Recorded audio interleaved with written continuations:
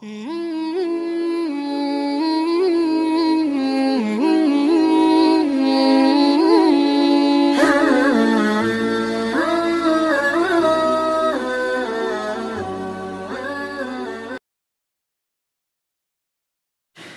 hamdalillah nahmaduhu wa nasta'inuhu wa nastaghfiruh wa na'udzu billahi min shururi anfusina wa min sayyiati a'malina man yahdihillahu fala mudilla lahu wa man yudlil fala hadiya lahu wa ashhadu an la ilaha illallah wahdahu la sharika lahu وأشهد أن محمدًا عبده ورسوله يا أيها الذين آمنوا اتقوا الله حق تقاته ولا تموتن إلا وأنتم مسلمون يا أيها الناس اتقوا ربكم الذي خلقكم من نفس واحدة وخلق منها زوجها وبث منهما رجالا كثيرا ونساء واتقوا الله الذي تساءلون به والأرحام إن الله كان عليكم رقيبا يا أيها الذين آمنوا اتقوا الله وقولوا قولا سديدا يصلح لكم أعمالكم ويغفر لكم ذنوبكم ومن يطع الله ورسوله فقد فاز فوزا عظيما أما بعد فإن أصدق الحديث كتاب الله وخير الهدي هدي محمد صلى الله عليه وعلى آله وصحبه وسلم وشر الأمور محدثاتها وكل بدعة ضلالة. Jamaah Jumat rahimakumullah. Marilah kita tingkatkan ketakwaan kita kepada Allah Subhanahu wa taala dengan ketakwaan yang sebenar-benarnya, yaitu dengan mengamalkan apa yang diperintahkan oleh Allah Subhanahu wa taala dan oleh Rasulnya sallallahu alaihi wa ala alihi wa sahbihi wasallam, serta menjauhi apa yang dilarang oleh Allah Subhanahu wa taala dan oleh Rasulnya sallallahu alaihi wa ala alihi wa sahbihi wasallam. Jamaah Jumat yang semoga senantiasa dimuliakan Allah, semangat dalam memperbanyak ibadah adalah sebuah kemuliaan. Apalagi di saat kebanyakan orang tidak peduli dengan amal saleh, bahkan sebagian dari mereka membenci orang-orang saleh. Orang-orang yang tidak pernah meninggalkan salat berjamaah di masjid, saat sebagian orang seakan telinganya tersumpal ketika mendengar panggilan muadzin. Orang-orang yang rela menahan lapar dan dahaga untuk menjalankan puasa Ramadan, saat sebagian orang tanpa rasa malu sedikit pun menghisap rokok di pinggir-pinggir jalan. Orang-orang yang tergerak menginfakkan hartanya saat sebagian orang menggenggam erat-erat hartanya, seakan tidak rela serupiah pun lepas dari genggamannya. Orang-orang yang tekun membaca dan menghafal Al-Quran, saat sebagian orang menghabiskan berjam-jam waktunya untuk menonton acara tak bermanfaat televisi. Walaupun demikian, ada satu hal yang tidak boleh diabaikan oleh para pelaku amal saleh dan para pegiat ibadah. Sebab satu hal penting itulah yang akan menentukan diterima atau tidaknya amal dia. Penentu bermanfaat atau tidaknya ibadah yang dia kerjakan. penentu apakah amal dia akan membuahkan surga atau justru menghasilkan neraka. Poin yang terpenting itu adalah keikhlasan niat. Kaum muslimin yang kami hormati, ikhlas artinya adalah memurnikan tujuan ibadah hanya untuk Allah Subhanahu wa ta'ala. Tidak ada tujuan lain saat dia menjalankan ibadah kecuali ingin mendapatkan ridho, pahala dan balasan dari Allah Subhanahu wa ta'ala. Itulah ikhlas. Allah Subhanahu wa ta'ala berfirman dalam sebuah ayat yang familiar di telinga kita, "Wa ma umiru illa liya'budullaha mukhlishina lahud-din hunafa." Mereka tidaklah disuruh kecuali untuk menyembah Allah dengan memurnikan ketaatan kepadanya dalam agama yang lurus. Al-Quran surat Al-Bayyinah ayat 5. Ikhlas adalah ruh atau nyawanya sebuah amalan. Sehingga amalan atau ibadah yang kosong dari keikhlasan bagaikan jasad yang tidak bernyawa alias bangkai. Pantaskah kita mempersembahkan bangkai kepada Rabbul Alamin? Maka perhatian kita kepada keikhlasan niat dalam beramal seharusnya tidak kalah besar dibandingkan perhatian kita dalam menjaga semangat saat beramal. Perhatikan niat ikhlas kita sebelum beramal, saat beramal, dan sesudah beramal.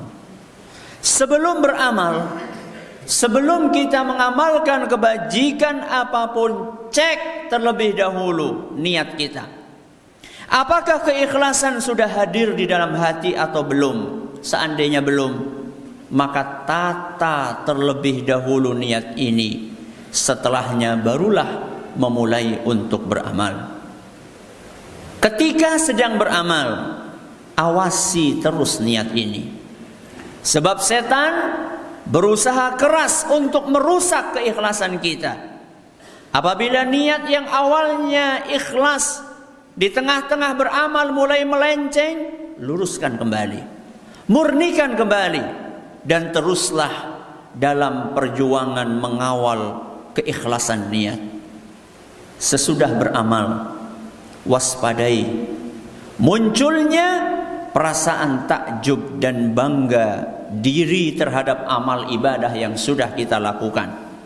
Sebab penyakit-penyakit hati tersebut bisa merontokkan pahala yang sudah didapatkan oleh seorang hamba. Jamaah Jumat yang dirahmati Allah, ikhlas adalah amalan hati, sesuatu yang sifatnya rahasia dan tersembunyi.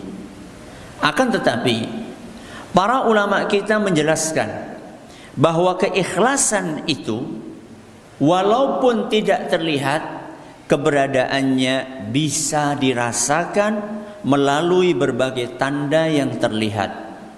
Di antara tanda-tanda keikhlasan yang pertama, perilaku seseorang akan sama ketika dia sendirian atau ketika dilihat oleh orang. Tanda yang pertama, orang ikhlas atau tidak adalah ketika perilaku seseorang sama saat dia sendirian ataupun ketika dilihat oleh orang. Apabila saat dilihat oleh orang dia menjalankan sholat 5 waktu dengan baik, ketika dilihat orang sholat 5 waktunya baik, dan begitu pula halnya ketika dia sedang sendirian, sholat 5 waktunya tetap baik, maka itu adalah salah satu pertanda keikhlasan. Sebab yang paling penting di mata dia adalah bahwa Allah Subhanahu wa ta'ala melihat apa yang dia kerjakan, sekalipun tidak ada manusia yang melihatnya. Wa in tuhsinu wa tattaqu fa innallaha kana bima ta'maluna khabira. Jika kalian berbuat baik dan bertakwa, sungguh Allah Subhanahu wa taala Maha mengetahui apa yang kalian kerjakan. Al-Quran surat An-Nisa ayat 128. Ada sebuah kisah menarik yang dibawakan oleh Imam Ibn Rajab Al-Hambali rahimahullah dalam kitab beliau Lataiful Ma'arif. Dikisahkan ada seorang ahli ibadah yang setiap tahunnya selalu menunaikan ibadah haji. Dan salah satu yang membuat ibadah haji orang ini terlihat istimewa, selama sekian tahun dia menunaikan ibadah haji, selalu dia berangkat dan pulang dengan berjalan kaki, tidak mengendarai apapun. Jaraknya ribuan kilometer. Setiap tahun selalu demikian, ribuan kilometer dia tempuh berangkat haji, pulang haji. Pada suatu malam, tentunya setelah dia selesai berhaji, di dalam rumahnya, ketika dia sedang berbaring untuk istirahat, tiba-tiba dia dipanggil oleh ibunya. Nak, tolong ambilkan segelas air. Ibu haus. Ibu haus. Saat itu dia ketika akan mengambil segelas air itu yang jaraknya di dapur cuma beberapa meter saja, kaki ini terasa berat sekali. Untuk dilangkahkan cuma beberapa meter saja untuk mengambilkan air minum buat ibunya. Saat itulah dia merenung. Saat itulah dia berpikir, kenapa ribuan kilometer berangkat haji terasa ringan, sedangkan melangkahkan kaki malam ini cuma beberapa meter terasa berat. Kok bisa yang ribuan kilometer itu terasa ringan, sedangkan yang beberapa meter ini terasa berat? Maka saat itu kemudian beliau baru sadar bahwa selama ini beliau melangkahkan kaki ribuan kilometer menunaikan ibadah haji terasa ringan karena banyak orang yang memuji dia, banyak orang yang menyanjung dia, banyak orang yang berdecak kagum melihat kekuatan dia dalam berjalan kaki ribuan kilometer. Sedangkan malam ini terasa berat karena tidak ada satupun yang melihat, tidak ada satupun yang kagum dengan langkah-langkah kaki dia mengambilkan air minum buat ibunya. Ketika itulah dia sadar bahwa selama ini niatnya belum ikhlas dalam menunaikan ibadah haji. Itulah tanda yang pertama. Ketika sendirian dan ketika dilihat orang, ibadahnya sama. Tanda yang kedua, dipuji atau dicela tetap beramal soleh. Dipuji atau dicela tetap beramal soleh. Seorang yang sudah menunaikan amal soleh, kemudian ternyata nggak ada satu orang pun yang memuji dia, kemudian akibatnya dia berhenti untuk beramal, ini tanda niatnya belum ikhlas. Seorang yang rajin sholat 5 waktu, kemudian tidak ada satupun yang komen, tidak ada satupun yang memuji, lalu dia berhenti sholat 5 waktu, kemungkinan besar sholat 5 waktunya belum ikhlas. Seorang yang rajin untuk nge-share artikel-artikel yang isinya nasihat, ternyata tidak ada satupun dari anggota grup yang memberikan like, yang memberikan jempol, kemudian dia berhenti untuk nge-share. Itu salah satu pertanda bahwa niatnya dalam nge-share artikel kebaikan itu bermasalah. Seorang yang talabul ilm, seorang yang belajar agama, kemudian tidak ada satupun yang menyanjung dia, lalu dia berhenti dalam menuntut ilmu agama, itu salah satu pertanda bahwa niatnya belum ikhlas. Karena yang dia cari adalah pujian manusia, bukan ridho dari Allah Subhanahu wa ta'ala. Di dalam Al-Quran, Allah Subhanahu wa ta'ala menceritakan salah satu karakter calon penghuni surga. Wa yut'imuna at-ta'ama 'ala hubbihi miskinan wa yatiman wa asira. Para calon penghuni surga itu, mereka biasa memberi makanan yang dia sukai untuk orang miskin, untuk anak yatim, dan untuk para tawanan. Innama nut'imukum liwajhillah la nuridu minkum jazaa'an wala syukura. Orang-orang tersebut dengan kerajinan mereka dalam memberi makan kepada orang lain, mereka berkata, sungguh kami berikan makanan ini kepada kalian hanyalah karena mengharapkan ridho dari Allah, dan kami tidak mengharapkan balasan ataupun ucapan terima kasih dari kalian. Hadis Al-Quran surat Al-Insan ayat 8 sampai 9. Orang yang seperti ini, saat dia berinfak, saat dia bersedekah, kemudian yang disedekahi dan yang diinfaki tidak mengucapkan terima kasih, maka dia tetap berinfak dan tidak putus untuk berinfak, karena yang dia harapkan bukan ucapan terima kasih dari orang yang dia sedekahi, tapi yang dia harapkan adalah ridho Allah Subhanahu wa ta'ala. Aqulu qawli hadha wa astaghfirullah li wa lakum wa li jami'il muslimin wal muslimat fastaghfiruhu innahu huwal ghafurur rahim.